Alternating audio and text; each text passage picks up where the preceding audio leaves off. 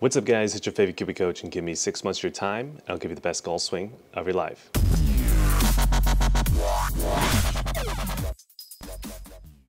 So welcome back to the channel. In this particular video, we're going to be starting a new series where I go back to school and I take the TrackMan University. Now, I'm not going to be taking the official certification. On the TrackMan University website, they have what's called a game room. I'm going to be taking the game room courses, and it's something that you guys can also take as well, which I highly recommend you guys go ahead and make an account and go ahead and do. It's in Japanese as well. But I think it should be very interesting. If you guys are looking to learn about TrackMan, you want to learn a bit more, this is going to be the video for you. Let's go ahead and jump in. But before we get into the video, I want to give a quick shout out to our sponsor, and that is Kiwi Golf Japan. If you're too busy or you just can't make it out to our locations for lessons, Kiwi Golf Japan is the membership site for you. With 220 plus videos of golf instruction, we have everything on the site you could possibly want. So go ahead and check out that link down below, and now let's get into the video. So the main goal of this particular video is I just want you guys to get a little bit more understanding of TrackMan, and I felt like the best way to do it is to go to TrackMan University itself and actually go ahead and take some of the videos, some of the training they have on the course itself. So what I'm going to go do now is I'm going to go into the first little circle thing they have, which is on distance, and they're going to have a lot of questions for us. Now typically you're supposed to watch the videos in the library before you go ahead and do this, but we're going to see how knowledgeable is the Kiwi coach really. So I'm not going to watch the videos. I'm going to try my best to do it without that, and we'll see what score I get. And on the way, we'll also talk about, my thoughts on the questions, what I think the answers would be, my reasoning behind it, and hopefully it'll be a fun learning experience.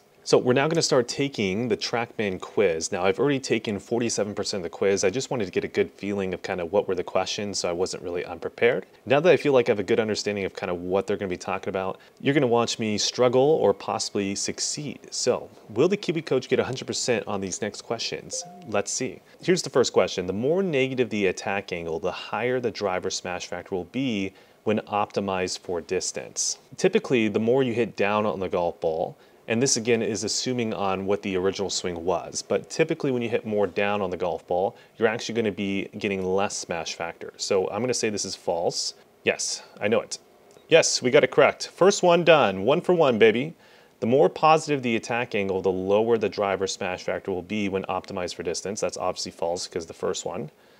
Good, perfect. All right, we're on a roll, 2 for 2. Okay, so here, and this I really like about it, they kind of show you, as you're working through this, they kind of show you like an optimizer calculator so you can see for certain club head speeds. A few moments later. Now this is kind of a stupid question because, Jesus Christ, they're going to show me another goddamn optimizer calculator. Come on, let's go, let's go, let's go. Are you going to show me another freaking, oh wait, I think this one I actually have to do something. What is the optimal carry for a driver club speed of 105.5 and an attack angle of -4 degrees? 105 and what was the -4 degrees? I got it correct. Wow. Thank you, TrackMan. I now know how to use a calculator. Nice. Next question. It's going to make me do the Really, guys? Come on. Come on. Come on. If a golfer asks, what is my optimal launch and spin, then what attributes are needed in order to provide an answer? So club path typically has nothing to do with optimal launch and spin, so that's a big no. Next one is face angle, no. Next one is club speed. Yes, you definitely need to know club speed when you're talking about this. You definitely need to know dynamic loft, so that's a yes. Swing plane, you don't need to know. That's again getting more so into curvature. Yeah, I think that's the last one. Okay, I know it. Yeah, so this is something that I've noticed with TrackMan when I was taking this before filming. So dynamic loft, when it comes to launch and spin, dynamic loft has a huge role on that, right? The higher the dynamic loft, the more your launch will launch high relative to your angle of attack, and then the more spin you're going to have. So I think it's a really direct correlator in this, but for whatever reason, TrackMan doesn't want me to think that, even though it definitely has an influence. Just go on TrackMan. Let's say you hit a driver with 10 degrees aloft with a -1 angle attack, and then hit a driver with 18 degrees aloft with a -1 angle attack, and you're going to find that your launch goes higher and your spin goes higher. So I don't get why they're not saying that's the correct answer, but it's TrackMan, you got to follow with what they want, whatever. Next one. Truth be told, every champion has felt it. Every president has felt it. Every king has felt it. Every lion has felt it. This is a good one. For a golfer with a driver attack angle of 0 degrees, match the club speed with the optimal launch and spin. Typically, this is how it goes. The higher you swing, the more you can get away with less loft and lower spin. So I'm assuming that it's going to go in this order. So 120 is going to be over here. I'm assuming that the 12 degree is going to go over here. I'm assuming that this one right here is going to go over here, and then this one over here is going to go over here. Nope, 100%, baby. You did. You crazy son of a bitch, you did. If a golfer's attack angle becomes more negative than their optimal ball speed will be, blank, assume club speed remains constant. Lower, typically. Wait, okay, this one is confusing me with the way they worded it. Okay, so I would assume that if you're hitting more down on the golf ball, typically means the smash factor is going to lower, so then the optimal ball speed would also lower. So that's my assumption, but let's see if I'm right. Oh, we got it right, yes. Good logic, good logic. Thank you, thank you, thank you. Below what club speed does launch angle become... Below what club speed does launch angle become the primary factor when optimizing for distance with the driver? Below what club speed does launch angle become...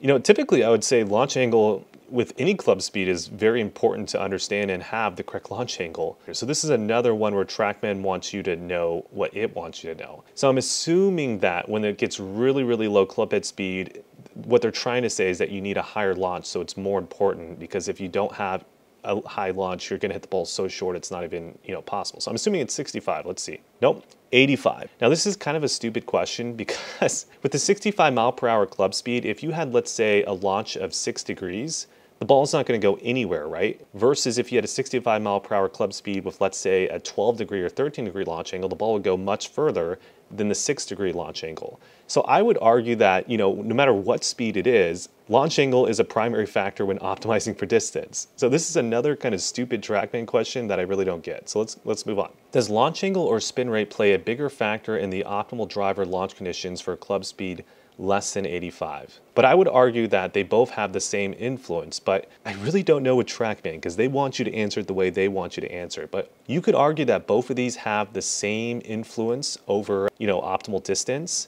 but I'm assuming with TrackMan's logic, it's spin rate. Let's see. Nope, it's launch angle. A golfer's optimal ball speed, launch angle, and spin rate are primarily dictated by club speed and what? I would personally say, typically say dynamic loft with these options that are, because they already said ball speed, launch angle, and spin rate. But I'm gonna say angle of attack, but there's two boxes here, right? So you would think that'd be meaning that you'd want to answer a question like this, dynamic loft.